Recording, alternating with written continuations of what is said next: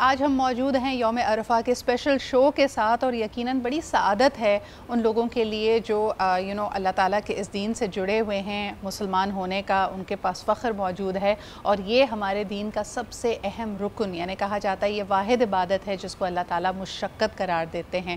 اور آج ایک دفعہ پھر لاکھوں عازمین حج موجود ہیں میدان عرفات میں، مسجد نمرہ کا رخ کیا ہوا ہے، عرفات کی پہاڑی پہ بھی چلیں گے، لیکن آپ کو بتاتے چلیں کہ سعودی حکام کی طرف سے اس دفعہ بھی بہت ایکسٹریم ویدرز کی بات کی جا رہی ہے، تو صبح 10 بجے سے لے کے شام 4 بجے تک عازمین حج کو کہا جا رہا ہے کہ وہ ٹینٹس کے اندر رہیں، ہیٹ ایگزاسشن سے، ہیٹ فٹیگ سے بچیں۔ پچھلے برس کیونکہ میں خود وہاں پہ موجود تھی، میں آپ کو اپنے پرسنل ایکسپیرینس سے بتا سکتی ہوں کہ گرمی اس قدر شدید تھی کہ ایسے مناظر ہم نے دیکھے جس کو کبھی ہم نے امیجن نہیں کیا تھا، اور یہ زیادہ تر وہ لوگ تھے جو وداؤٹ اے پرمٹ حج کر رہے تھے، اور اس کی وجہ سے ان کے پاس ایکسیس ٹو کولر ایریاز موجود نہیں تھی۔ والنٹیئرز، ایمرجنسی سروسز موجود ہوتی ہیں، اور آپ کو بتاتے چلیں کہ یہ دنیا کا واحد ایسا ایک سینیریو ہے جس میں ہم دیکھتے ہیں کہ اتنی بڑی تعداد میں لوگ بڑی آسانی کے ساتھ اپنے فرائض، اپنے مناسک کو ادا کرتے ہیں۔ اس کا اگر آپ ایک چھوٹا سا موازنہ کرنا چاہیں، although it's incomparable، آپ کسی بھی شہر میں کوئی ایک ایونٹ کریٹ کر کے، کل ہم نے دیکھا کہ آئی پی ایل کی وکٹری کے بعد جب بنگلور یعنی 18 سال کے بعد آئی پی ایل کا ٹائٹل ان کو ملا ہے، خوشی مناتے ہوئے اسٹیمپیڈ اس قدر ہوئی کہ 17 لوگ جاں بحق ہوئے۔ کسی بھی جگہ پہ اتنی بڑی تعداد میں لوگوں کو مینج کرنا آسان نہیں ہے، لیکن اگر میں آپ کو یہی موازنہ دوں، کیونکہ کئی لوگ یہ مغالطہ کرتے ہیں، میں آن لائن یہ ڈیبیٹ دیکھ رہی تھی کہ حج از آل اباؤٹ اے بزنس، یہ ایک بہت بڑا ٹورزم بزنس ہے سعودی حکام کے لیے۔ آپ امیجن کیجئے کہ جس قسم کی فیسلٹیز اور ریسورسز پرووائڈ کی جا رہی ہیں، کہا جاتا ہے کہ یہ تقریباً 5000 میگا واٹ سے زیادہ بجلی کی فراہمی کی جاتی ہے تاکہ یہ کولنگ سسٹمز چلتے رہیں۔ مسجد حرم میں جو کولنگ سسٹم ہے اس کا دنیا میں کوئی ثانی نہیں ہے، یہ اتنا بڑا کولنگ سسٹم ہے۔ اس کے علاوہ 180 ممالک سے آئے ہوئے الگ الگ زبان، الگ الگ نیشنالٹی، الگ الگ طبقہ فکر سے تعلق رکھنے والے لوگ ایک ہی وقت میں تمام مناسک ادا کرتے ہیں، اور ان کو بھرپور فیسلٹیز دی جاتی ہیں۔ اس میں آپ کی قربانی سے لے کر آپ کے مختلف جگہوں تک ٹرانسپورٹیشن، یعنی کس نے بس لینی ہے، کس نے پیدل چلنا ہے، کس نے ٹرین میں جانا ہے، یہ تمام تر سہولیات دی جاتی ہیں، اور اس کا دنیا میں آپ کو کوئی ثانی نہیں ملتا۔ تو یقیناً میرے خیال میں اس میں ایک لیڈرشپ کا بہت بڑا ایلیمنٹ ہے۔ سعودی حکام اس کے لیے بھرپور تیاری کرتی ہیں، سال بھر سوچتی ہیں، سال بھر اس کے لیے بہترین طریقے استعمال کیے جاتے ہیں۔ 40 سے زیادہ ایجنسیز اور 2.5 لاکھ سے زیادہ نفری اس میں انوالوڈ ہوتی ہے۔ 7 سے 10 ہزار کے قریب رضاکار یعنی والنٹیئرز وہاں پہ موجود ہوتے ہیں کہ اللہ کی بارگاہ میں حاضر ہوئے ہوئے لوگ لبیک کہتے ہوئے عازمین حج کو کوئی مشکل، کوئی پریشانی نہ ہو۔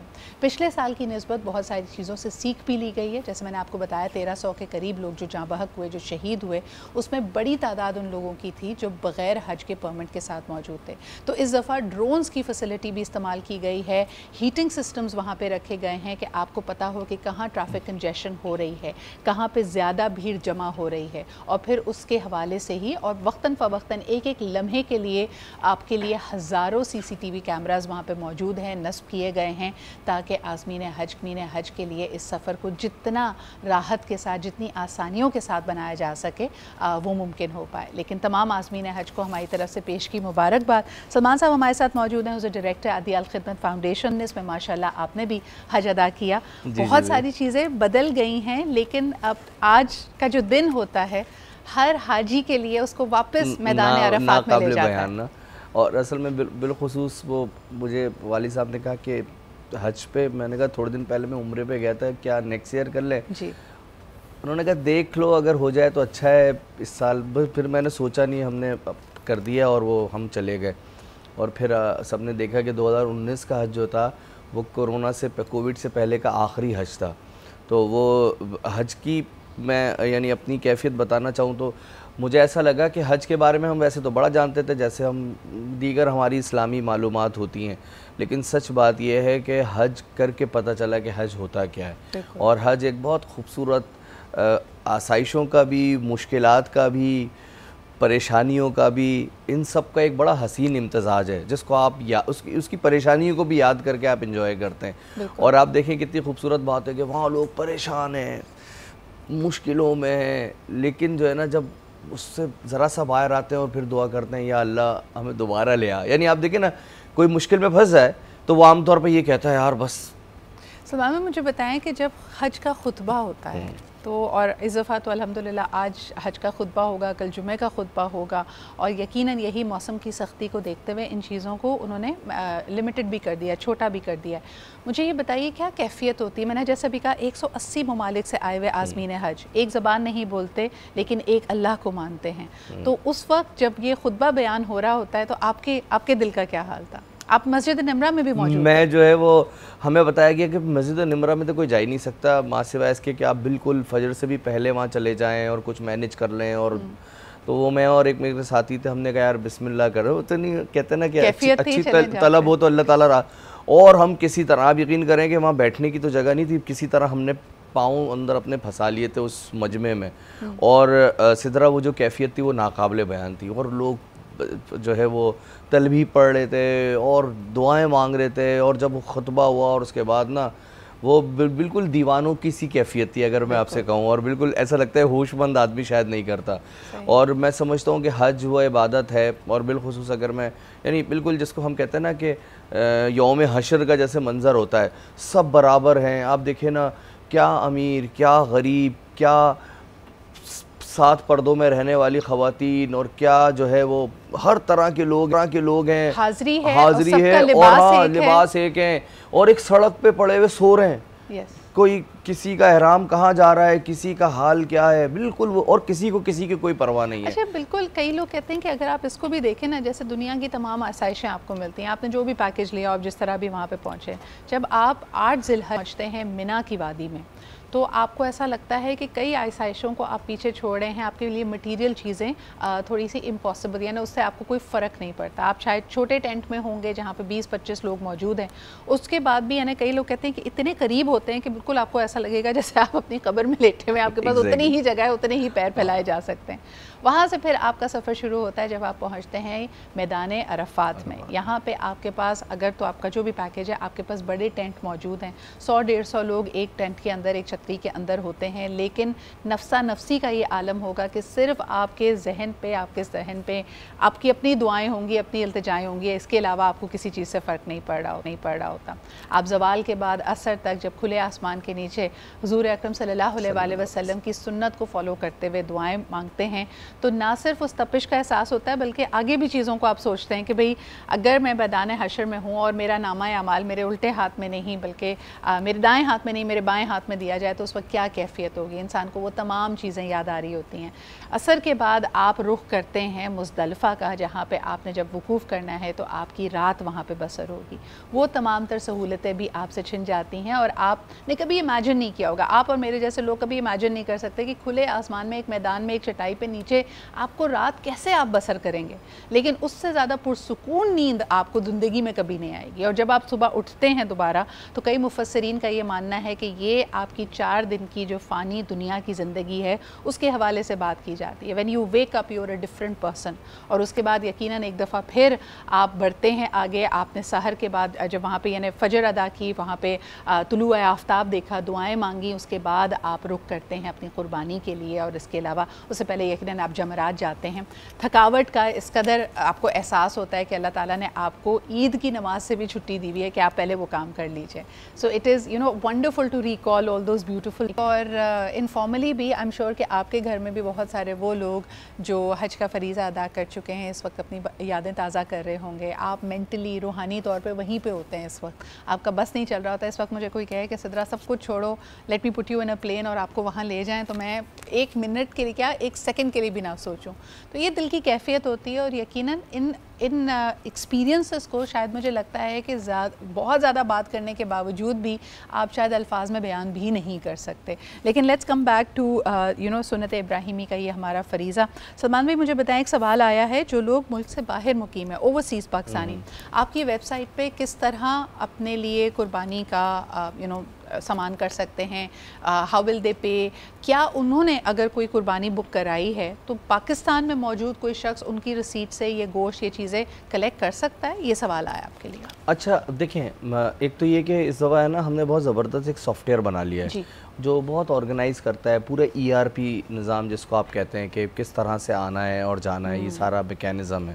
دوسری بات یہ ہے کہ جتنے ہمارے اوورسیز ہیں، بس ہماری جو ویب سائٹ ہے alkhidmat.org اور alkhidmat.com، وہاں پر آپ آئیں، وہاں پر آپ کو ساری تفصیل مل جائے گی. وہیں آپ بالکل جسٹ کلک اوے آپ جو ہے نا وہ اپنا سلیکٹ کریں گے، آپ ڈالیں گے اور وہ آپ کا جو ہے وہ قربانی فی سبیل اللہ والا سلسلہ بن جائے گا.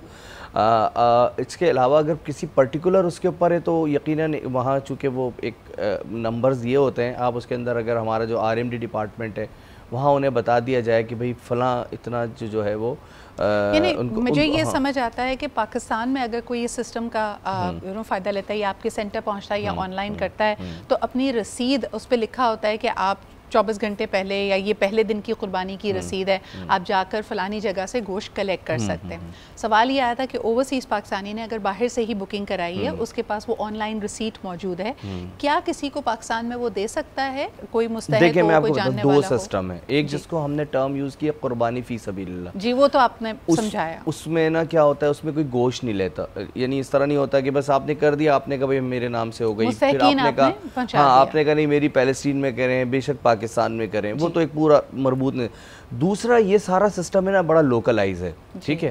اس میں یہ کیا جا سکتا ہے کہ الخدمت کے نمبر پہ رابطہ کر کے، اب کوئی لیٹس سے کہ بھئی کوئی کہے کہ بھئی ہمارا جو جنہیں ہمیں گوشت چاہیے وہ لیاقت آباد میں موجود ہیں، تو وہ ہمارے یہاں ہر پورے کراچی میں اور پورے پاکستان کے اندر بھی کئی جگہوں پہ ہمارے یہاں اس کو ہم اجتماعی قربانی کا ٹرم دیتے ہیں کہ سب مل کے کمیونٹی والی ایک قربانی ہے. اس میں بالکل کہا جا سکتا ہے کہ یہ میرے ایک پوری گائے لے لیں، 7 حصے ہیں اور یہ 2 لوگ آئیں گے، ان کو آپ نے ظاہر رسید مل گئی ہے اور وہ آپ کو واٹس ایپ ہو جائے گا. بالکل، تو وہ کوئی بھی مسئلہ نہیں ہے اور وہ تقریباً پورے پاکستان میں یا بڑے شہروں میں کم از کم اویلیبل ہے. ایبسلیوٹلی. سلمان بھائی یہ بھی بتائیے گا کہ پاکستان میں ایک زمانے میں بڑی روبسٹ ہم دیکھتے تھے کہ لیدر انڈسٹری موجود ہے، اوور دی ایئرز ہم نے اس پہ توجہ نہیں دی، وہ بھی اب کافی بدحالی کا شکار ہے.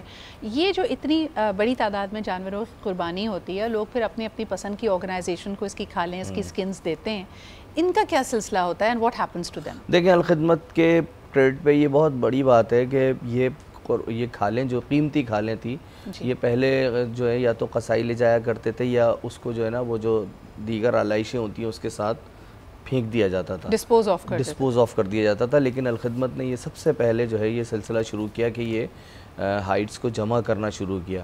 اور پھر میں کہوں گا کہ ایک بہت بڑا آپریشن ہوتا ہے، اتنا بڑا آپریشن ہوتا ہے کہ ہمارے ہاں پوری الخدمت کے والنٹیئرز، جماعت اسلامی کے کارکن، وہ کوئی گھر پہ نہیں بیٹھتا اور یہ کھالوں کو جمع کیا جاتا ہے. اور ظاہر ہے کہ اس کا سب سے بڑا پرپز یہ ہوتا ہے کہ بہت قیمتی ہوتی ہے. اب قیمتیں کافی کم ہو گئی ہیں، انڈسٹری کافی زبو حالی کا شکار ہوئی ہے، اس کے باوجود بھی ایک بہت بڑی سورس آف انکم ہے جو پہلے زمیں برد ہو جاتی تھی، اب وہ جو ہے کسی نہ کسی دونوں صورتوں میں ظاہر ہے کہ جب وہ اس کے نتیجے میں پیسے آتے ہیں تو وہ الخدمت اپنے فلاحی کاموں میں خرچ کرتی ہے. اور دوسری یہ ہے کہ ظاہر انڈسٹری پاکستان کی اتنی بڑی لیدر کی میں پوچھنا یہ چاہتی کہ پاکستانی انڈسٹری لیتی ہے اس کو یا اس کو ایکسپورٹ کیا جاتا ہے ان ہائٹس کو؟ نہیں، پاکستان کی جو ہمارے ہاں جو ایک اس طرح کے ایک پورا نظام ہے کہ ہم نا ریٹس نا یعنی اس کے آکشن ہو جاتا ہے، پہلے سے ہی ڈیسائیڈ ہو جاتا ہے اور ہم ظاہر کہتے ہیں کہ بھی بڑی کھال کی کپ پر آپ نے آفر کیا کہ اتنے میں خریدیں گے، جس کے اچھے ہمارے پاس آفر ہوتی ہے ان سے ہمارے پہلے یعنی اس وقت ہمارا جو ہے